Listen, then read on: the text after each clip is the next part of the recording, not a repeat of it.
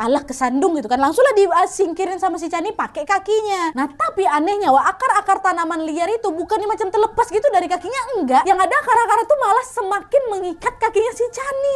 Chani panik lah, kenapa nih kok malah nggak lepas-lepas akar ini? Akhirnya si Chani cobalah singkirin pakai tangan yang udah nggak pakai kaki lagi. Sambil betulin sepatunya kan. Tapi waktu tiba yang Chani lihat di kakinya itu bukan lagi akar-akar tanaman liar, melainkan tangan besar hitam yang berurat sedang megang kakinya si Chani gitu.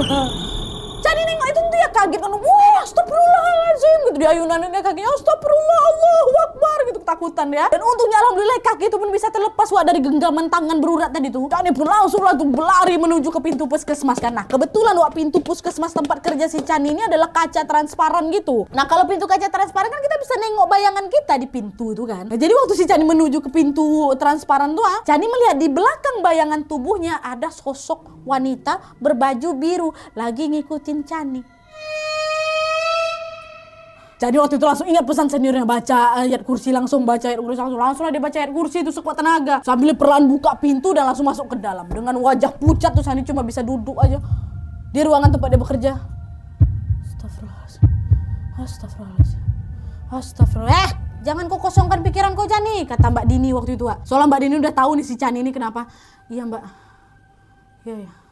Aduh kurang enak badan aku nih. Chani bohong-bohong dikit waktu itu karena ya sebenarnya Chani itu takut kali memang. Biasanya nggak kuhiraukan gangguan-gangguan kayak gitu, tapi entah kenapa hari itu betul-betul kayak dibikinnya aku takut kali. Istirahat yang cukup kosan, jangan ku banyak-banyak begadang, jangan banyak-banyak bengong kau sekarang. Iya Mbak, iya. Astagfirullah ya Mbak. Nah sejak saat itu entah kenapa di badannya si Chani ini mulai muncul bercak-bercak lebam kebiru-biruan, keunguan gitu kayak abis digebuin. Aku nggak tahu lebam-lebam nih gara-gara apa, jatuh pun tidak aku. Tapi yang jelas setelah aku dapat lebam-lebam tuh aku jadi capek, jadi sering kerasa capek Nat. Apa mungkin aku capek juga karena keseringan ngelihat penampakan makhluk-makhluk halus di sana mungkin. Akhirnya gara-gara nggak tahan Chani ini pun ngambillah cuti itu 3 hari untuk istirahat di rumah. Dan setelah dia sudah mulai membaik selama 3 hari itu, si Chani masuk lagi ke kantor. Dia dapat kabar bahagia ternyata Mbak Kia seniornya sudah mengandung anak kedua. Nah udah masuk di usia kandungan 8 minggu. Dan ternyata kehamilan anak kedua ini adalah kehamilan yang betul-betul ditunggu-tunggu kali lah sama Mbak Kia dan suaminya setelah 9 tahun kelahiran anak pertama. Chani pun ikutlah merasakan haru dan bahagia yang memang dirasakan sama Mbak Kia.